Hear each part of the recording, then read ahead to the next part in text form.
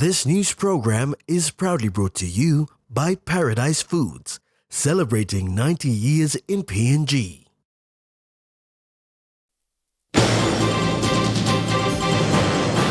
New ministerial portfolio described as expensive exercise. FAO PNG agriculture sector discussed. And Hagara Primary School launched child protection policy.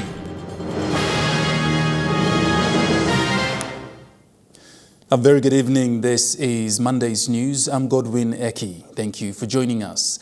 The creation of 6 new ministerial portfolio is much of a concern for the general public following a recent parliament session that resulted in the move towards this. One of such is the president of the PNG Catholic Professional Society, Paul Harignen. The government passed the Organic Law on the Number of Ministers 2023 Amendment Bill in Parliament last month. This will see Section 1 of the Organic Law on the Number of Ministers amended from 32 to 38, creating 6 new portfolios. This has raised for public concern of the expenses this will include on the general public. The political leaders, they continue to play politics to the suffering of the people. You know what happens when you increase ministries? Now, we've had 32 ministries allowed by law. Now they have given another, 12? 6 ministries, and it's taken up to 38? Now they're allowing themselves by law to be able to increase the number of ministries. Now when you increase the number of ministries, what it means is you'll have to budget for extra ministries. Mr. Harignen expressed that this will include the new ministers' pay, their perks and privileges like allowances, and their office staff. He expressed that this will be a blow-up in the PNG budget, which will be an insult to the people considering the economic struggle the ordinary Papua New Guinean are already facing. It's totally insulting to us ordinary people because the money that's supposed to use for the deteriorating roads and bridges and the failing schools and the education system and the drugs for the hospitals, those monies are now spent for the leaders themselves. Now it doesn't make sense to us when we already have increase in the electorates.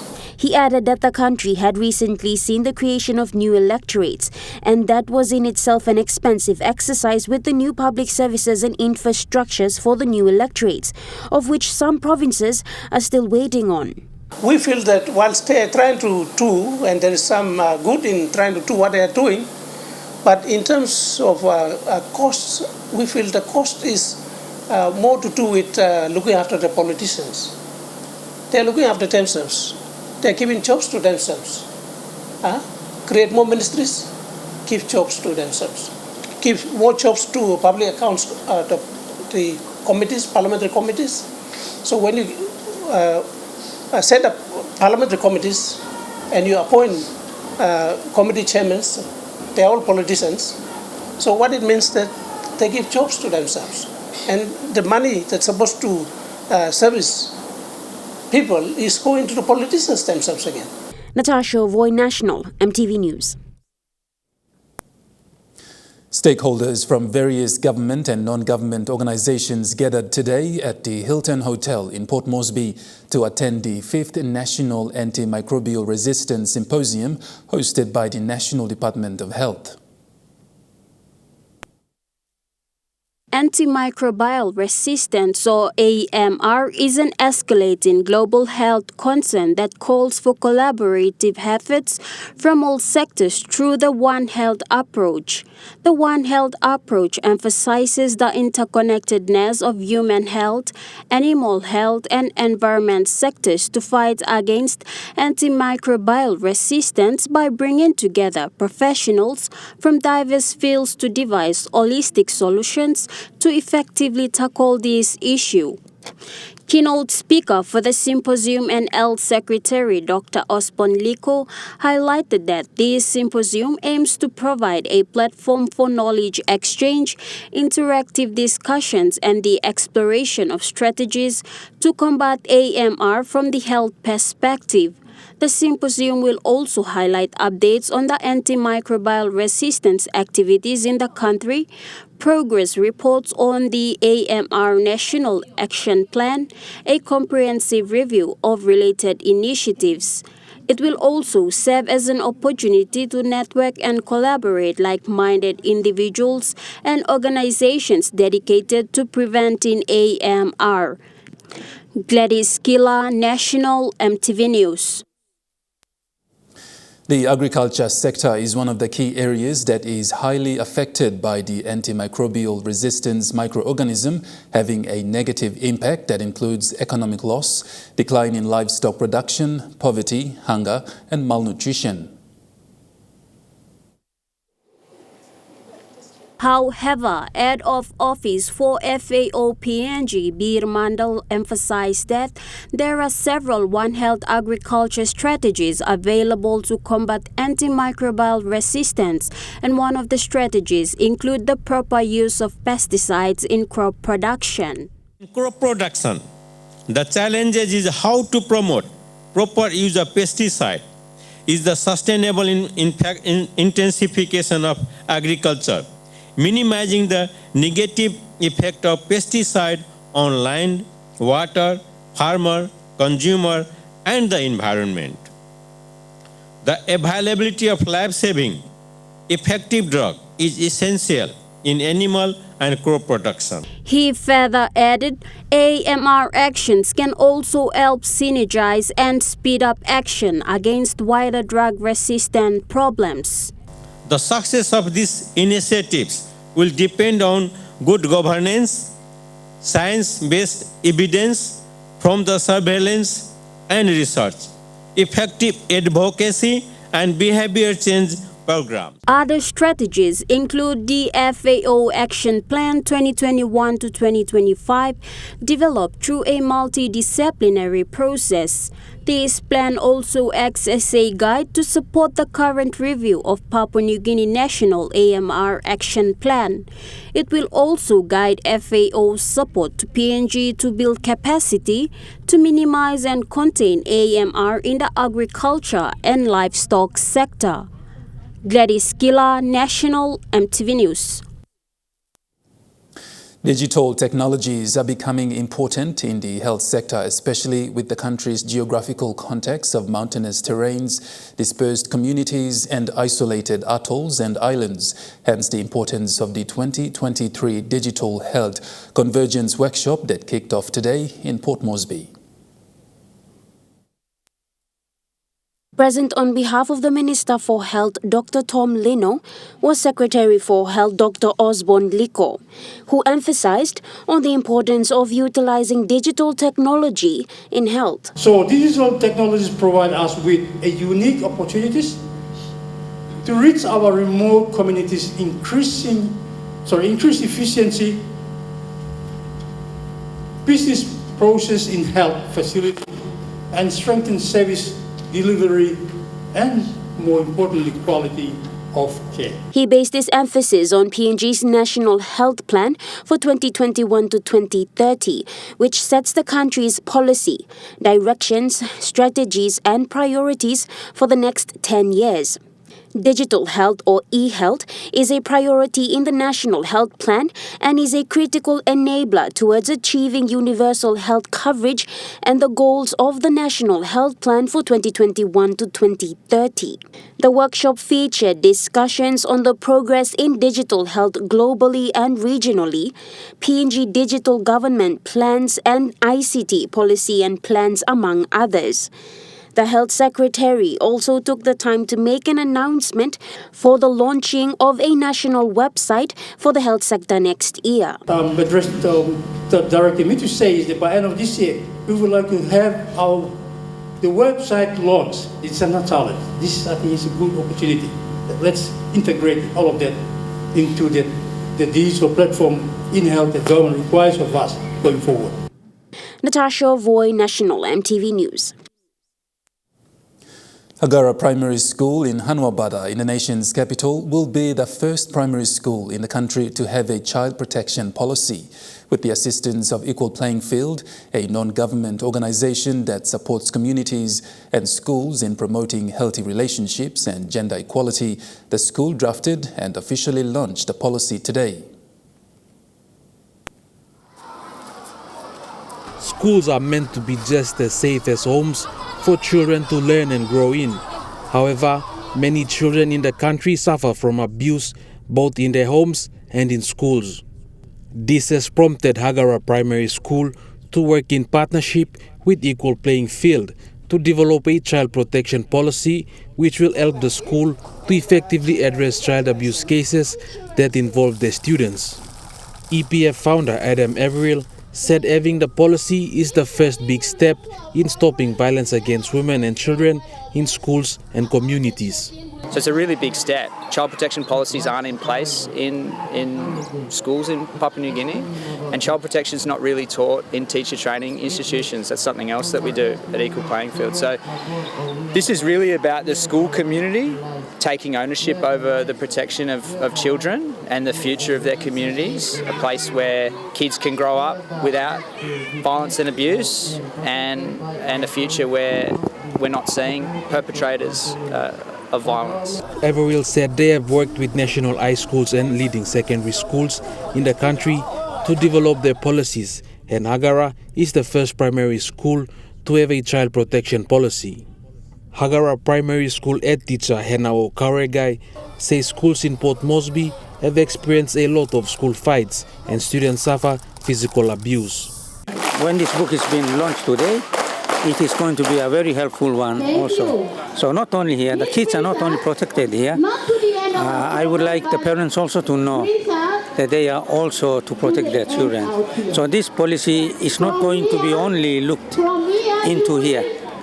We have to also tell the parents that whatever the kids might report to us that they are not treated properly at home, this policy is also going to be action on them. The policy is in line with the Lookout in Pikinini Act, and it helps the school in having really strong guidelines when dealing with issues surrounding children's safety and well-being, both inside and outside of the school. Edson Kuso, National MTV News. You're watching National MTV News. We'll bring you more stories after the break. Stay with us.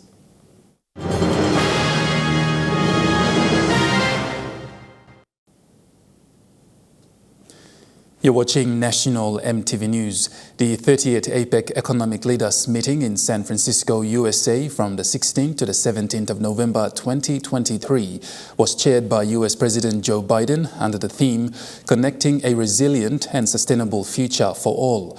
Discussions focused on strengthening the region's connectivity, safeguarding the environment, and mitigating harmful effects of climate change, addressing the digital divide, and ensuring equal economic participation for all. The PNG Defence Force held a small ceremony at the Command Office Mess in Murray Barracks today to farewell Major Jacqueline Lilly, who will be leaving PNG tomorrow for a UN peacekeeping operation in South Sudan. Major Lilly is the first female officer in the PNG Defence Force to ever attend a UN peacekeeping operation. The acting chief of Defence Force Commodore Philip Polewara farewelled Major Jacqueline Leahy in a small ceremony. Also present were command officers and military officers that turned up to congratulate and wish her well on the mission. This is the first time that we are sending a female overseas for a peace observer mission in Sudan, South Sudan. And it is a first for the Papua New Defence Force, first for the females in the Papua New Defence Force, and may this be the encouragement to the females throughout the Papua New Defence Force and also all females in the country. Major Leahy leaves for Sudan tomorrow as the first female officer in PNGDF to attend the peacekeeping operations as an observer for 12 months. This year marks PNGDF's 14th deployment and its first female officer's involvement since its peacekeeping operations started in 2010. Previous operations saw only male officers being sent, and Major Lihir said she was grateful for the opportunity given to her, and she is prepared to go out and do her best and return safely. For me, I am settled that I am going to go, and I'm settled in my mind and I'm settled in my heart that what I am going to go, I'll do and I'll come back. So I am not anxious, I am not afraid, or I'm not of like two minds. I am comfortable that I will go and I will do what I'm supposed to do, and I'll come back in one whole like human being. Francisca Anania, National Emtv News. New Ireland Governor Sir Julius Chen met with Newmont PNG Managing Director Elwyn Pretorius in Port Moresby recently and shared dialogue to address some long-standing issues of Lihir. Sir Julius congratulated Pretorius on his appointment as he takes on the responsibility of overseeing the Lihir mine and Wafi Golpu joint venture. Sir Julius expressed to the new MD that there has been constructive dialogue between the company, New Ireland government, Nimamar LLG and the landowners and people of Lihir. The New Ireland team raised a range of issues including better consultation and improved community projects. Newmont was reminded of outstanding projects by Newcrest and unfulfilled responsibilities by the national government under the MOA, including improved consultation on the prolonged construction of the Lihir Ring Road. Sir Julius said it is imperative that Newmont correct these legacy issues as soon as possible so not to lose confidence of the people. Fair and just distributions of benefits to the people must be a priority, and to prepare the people for life after the mine. The MD acknowledged these issues and assured the New Ireland government that Newmont will look into this outstanding commitment. Sir Julius expressed hope to the new MD for regular and better dialogue between Newmont and the New Ireland provincial government going forward. Sharon Engnui, National Emtv News. Construction of KVN's first modern city mall is set to begin in February of next year at Section 5 opposite BC Trading. The groundbreaking ceremony was officiated on Saturday, November 18th by New Ireland Provincial Executive Council Chairman for Works and Infrastructure Andrew Minkion, Chairlady. Assisting the Governor on Finance, Ms. Bill Nelson, New Ireland Development Corporation Chairman Chris Takap, and developer Roger Lynn.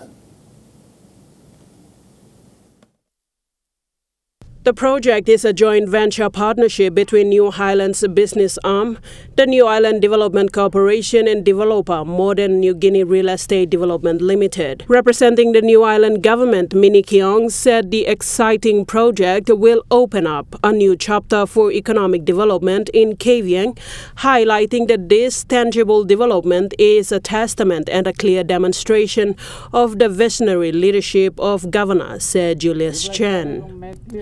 This occasion is set to head another milestone achievement that will transform KVN to qualify the quest to attain city status and will assist the KVN LLG's transition from an urban LLG to KVN City Authority going forward. The new design outlook of the two-story shopping mall will transform the KVN business district and give the people more space for shopping, rental space, and ample parking space with pedestrian walkside and bus stop terminal. The project agreement was signed between the entities in 2019. However, due to COVID-19 restrictions, mobilization of materials into the country has been slow. Developer Roger Lynn said once the materials are on the ground, work will kick off and will take 2 years to complete. Sharon Engnui, National Emtv News. The West New Britain provincial government presented their third public transport motor vehicle cheque as subsidy to the Motor Vehicle Insurance Limited today at their head office in Port Moresby.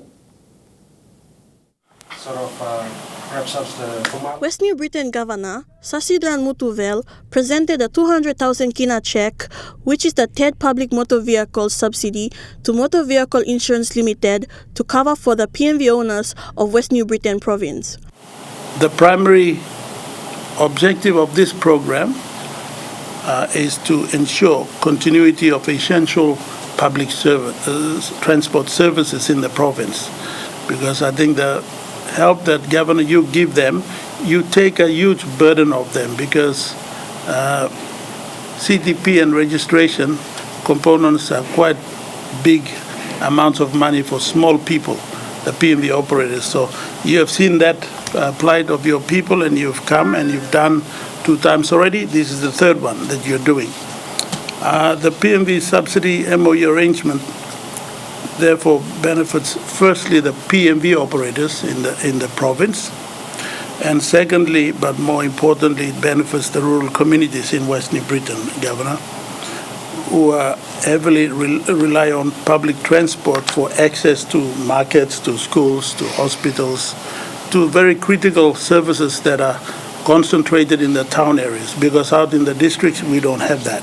According to the Chief Executive Officer for MVIL, Michael Mackup, the objective of the subsidy agreement between the West New Britain provincial government is to ensure the PMV owners' compulsory third-party and registration of vehicles are paid for by the government to allow a smooth operation of PMVs to provide ongoing service in and around the province.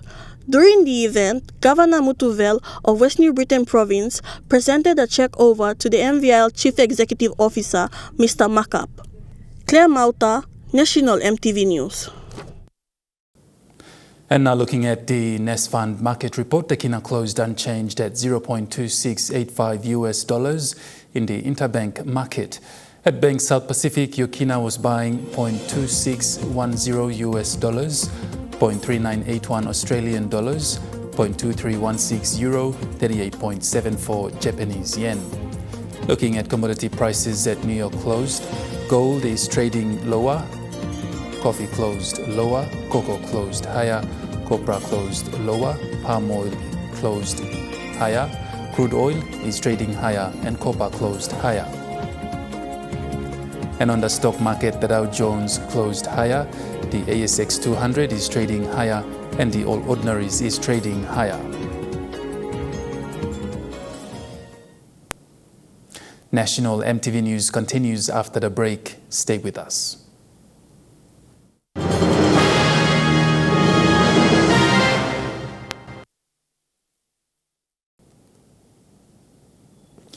You're watching National Emtv News.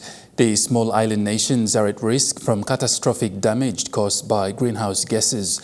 This was according to a recent research conducted by Professor Illinois from the University of Victoria in Australia.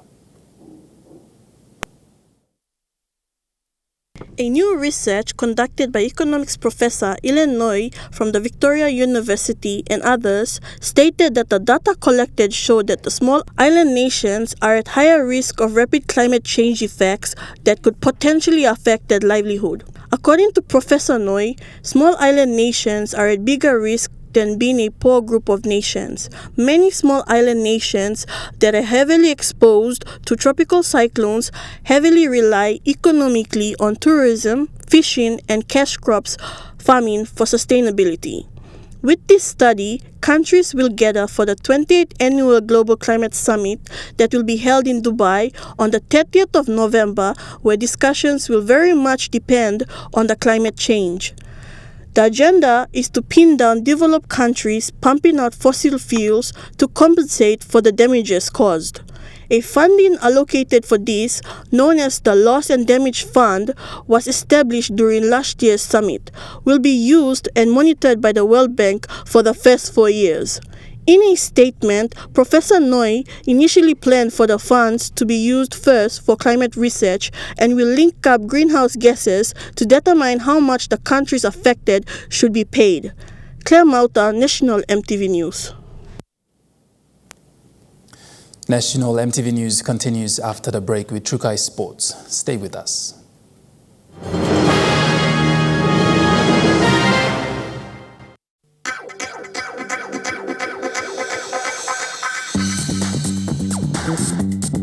Trukai Sports.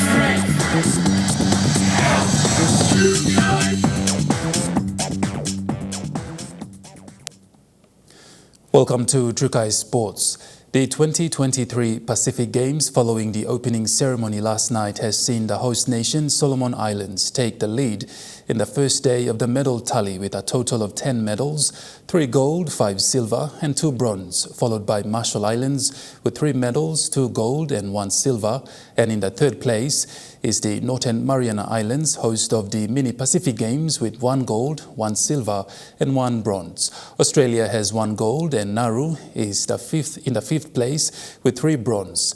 Now, this medal tally standings are from 4 p.m. today. Team PNG has yet to secure a place in the medal tally. MTV's Trukai Sports will keep you updated as the games continue to unfold at the Pacific Games in Solomon Islands capital, Honiara.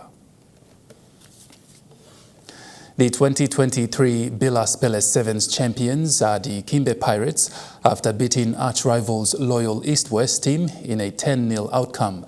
The Pirates taking home the cup marks the end of the 4 days 2023 Bilas Peles Sevens tournament that began on the 16th of this month and ended yesterday.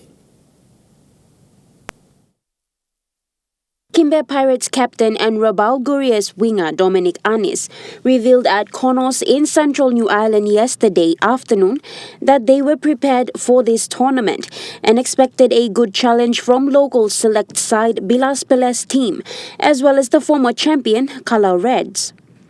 Reflecting upon the game with the Loyal East-West in the Cup Grand Final, Anis said they have played together for some time and are too familiar with each other's style of rugby.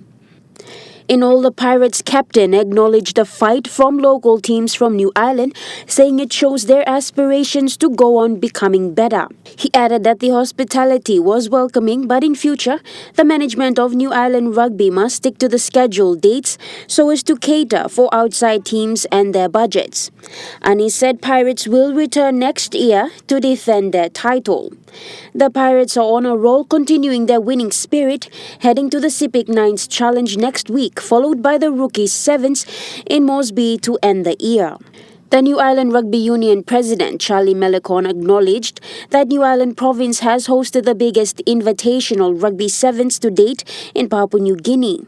The province is the renowned host of the Sevens tournament throughout the year, from the Nakmai Sevens to Late Douglas Guys Sevens, Anitua Sevens, Autonomy Sevens, and then the Buluminski Sevens, and now the second edition of the Bilas Peles Sevens. The president noted that the bigger picture was more than just rugby, but promoting New Ireland tourism through sports. From the 50,000 Kina Bilas Peles Cup Sevens tournament, Kimbe Pirates crowned the 2023 Bilas Peles Sevens champion with 20,000 Kina, 15,000 Kina to Nonga Medics as plate winners, 10,000 Kina to Enzu Chief as bowl winners, and 5,000 Kina went to the Marahu Nomads as the trophy winners. The 2023 Bilas Peles Sevens brought together 28 teams who contested in Connors in central New Ireland, driven by the team promoting tourism through sport. Natasha Voigt, Trukai Sports. That ends Trukai Sports. The Money Plus weather report is next. Stay with us. Trukai Sports.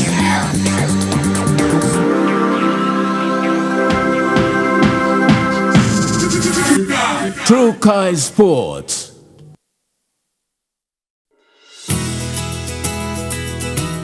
This weather update is proudly brought to you by MoneyPlus, with you always.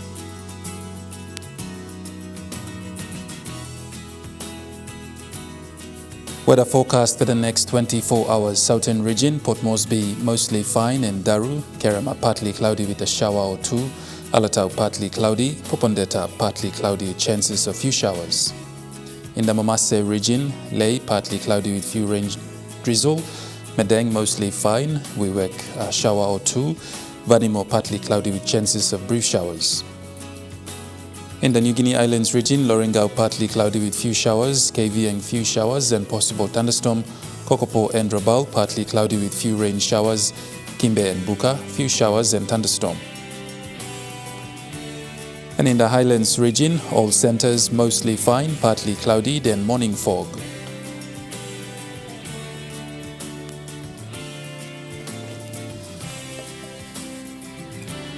Waters of southern PNG Indonesian border to Daru to Kiwai Islands to Kerema to Yule Island to Hood Point to Samarai Islands seas 1 to 2 meters. Waters of Samarai Island to Cape Vogel to eastern and western Milne Bay Islands seas 1 to 2 meters. Waters north of Cape Vogel to Ewan Gulf to Finschhafen seas 0.5 to 1.3 meters. Waters of Finschhafen through Vitiers Dampier Straits to CSC and Long Islands seas 1 to 2 meters. Waters of Long Island to Medang to Wewak to Vanimo and northern PNG Indonesian border seas 1 to 2 meters, rising to 2.5 meters. Waters of Manus and its western group of islands seas 1 to 2 meters. Waters of East and West New Britain to New Ireland seas 1 to 2 meters. And waters of Bougainville seas 0.5 to 1.5 meters.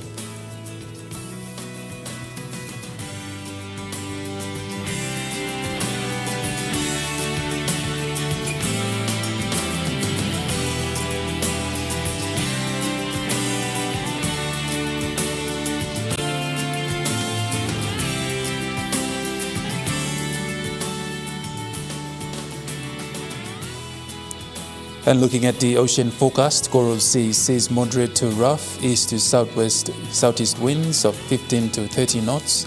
Solomon Sea sees slight to moderate east to southeast winds of 10 to 20 knots. Bismarck Sea sees moderate to rather rough southeast winds of 15 to 25 knots. And Pacific Ocean sees slight to moderate easterly winds of 10 to 20 knots.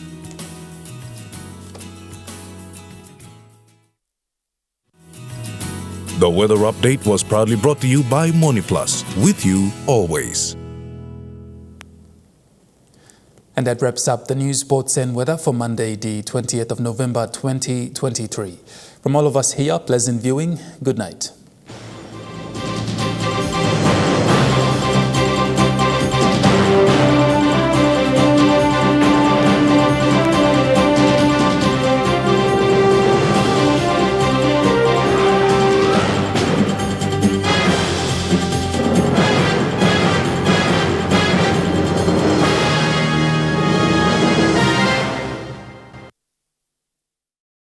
This news program was proudly brought to you by Paradise Foods, celebrating 90 years in PNG.